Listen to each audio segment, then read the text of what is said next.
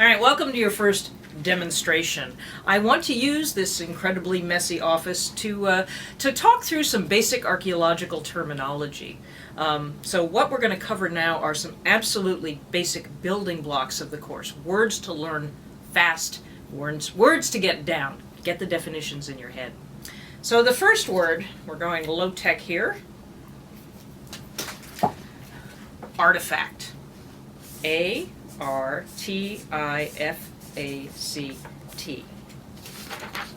Artifact. This is how we spelled it in America. In England and other places, you'd have an E there, but artifact. Any portable object used, modified, or made by humans. And again, that could be glasses, tape recorder, pith helmet, newspaper, on and on and on. Anything portable made, modified, or used by humans. Now, some of these are inorganic, like plastic. Others are organic, or that is, they were once living, or made of once living things. What do I got here?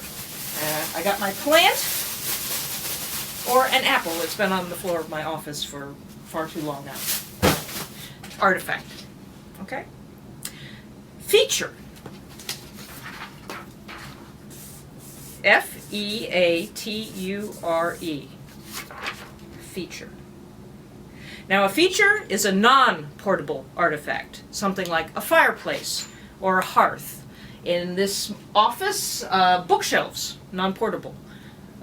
Window dressings, non-portable. Things like that.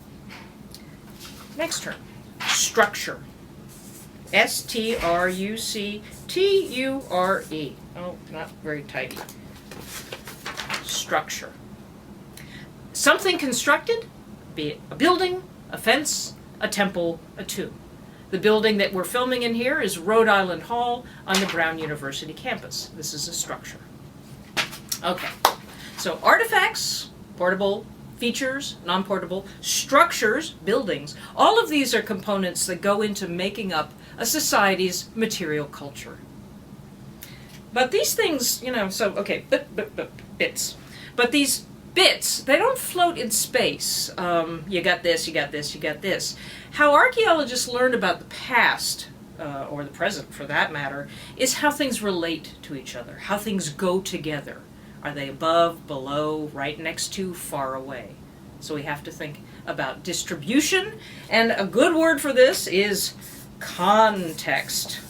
I will talk to you about context all through this class. Context. Context is basically where something is found. My glasses are on top of this pile. My computer is sitting on my desk. My books are on my shelves. That's where the context, where they're found. Now, add on a layer to that, association. A-S-S-O-C-I-A-T-I-O-N. Association. Association is basically what things are found with. So I have my glasses are almost never found with my glass case, but they should be. My stapler and my tape dispenser are found in association on my desk together. What else? My sticky note on my computer to remind me to do something. These are in association. All right, so context, where things are found, association, what things are found together. And you build that out a little bit more, and you get an assemblage. A-S-S-E-M-B-L-A-G-E. Assemblage. So this is basically sort of a group of artifacts that come together, that are found together at a particular place in a particular time. So my desk is an assemblage. Everything here was found together, belongs together, and is the creation of a particular point, not second, but a moment in time. So it's quite an assemblage. Right, let's kick things up a notch, think a little bit bigger. When you think about an what word often comes next? I'd say an archaeological site. And a site is putting all of these things together: artifacts, features, structures, organic remains, non-organic remains, assemblages, pulled together, and you have sort of a distinct spatial clustering of material that is the residue of human activity. Human activity makes a site. Human activity makes an assemblage. But this is kind of where things can get tricky. Is my desk a site? Or is my office a site? Or is this building a site? Or is the Brown campus a site? And the answer is it kind of depends. It depends on how you define site. It depends on the questions you're asking. So sites don't come in sort of cookie cutter shape. They can be big, they can be small, but they give you a sense of distinct spatial clustering of the traces of human activity. So that's a site. Now, to end this introduction of basic terminology, I'm going to lay down a law. The most important law for archaeology, or for geology for that matter, and that is the law, or the principle, of superposition. Superposition. Law of. Now, this law is that, law of superposition, in any sequence of geological layers or strata that have not been disturbed, the youngest will be at the top and the oldest will be at the bottom. As you go down, you go down, you go back through time. Now from this, we could talk about stratification. Stratification. S-T-R-A-T-I-F-I-C-A-T-I-O-N. Stratification, or strata. Strata are the layers that can be deposited through time, either through geology or archaeological processes. Stratification is kind of the study of those layers. And stratification allows us to look sort of in the vertical down through time, from youngest to oldest. But it also allows us to think horizontally across space.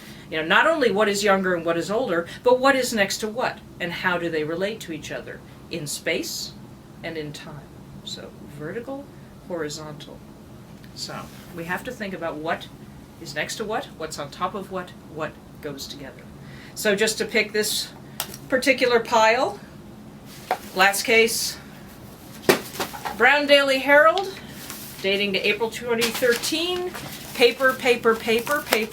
So this is all fairly recent. Oh, this is a birthday present. Thanks, Min, I did get it. March. Second day delivery, February. Ooh, book art, a book I wrote quite a while ago. We're going down through time. This is older. My activity has deposited these.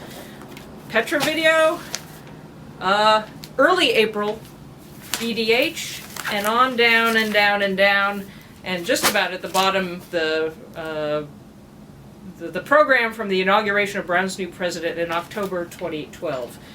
And at even one more level down, a nation that goes back to September. This is really embarrassing. So that's just one example of the stratigraphy of my desk.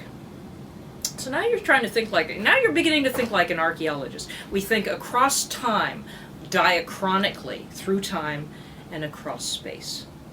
Now the question though, and I'm sure looking at my office you're thinking this already, do things always stay tidily in place? Do they stay in their neat layers as they're sort of, deposited in strata through time? And the answer to that, unfortunately, is no. And let me introduce you to the world of formation processes.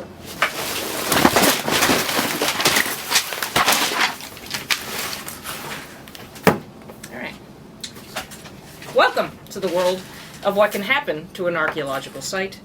Welcome to the fun of thinking like an archaeologist.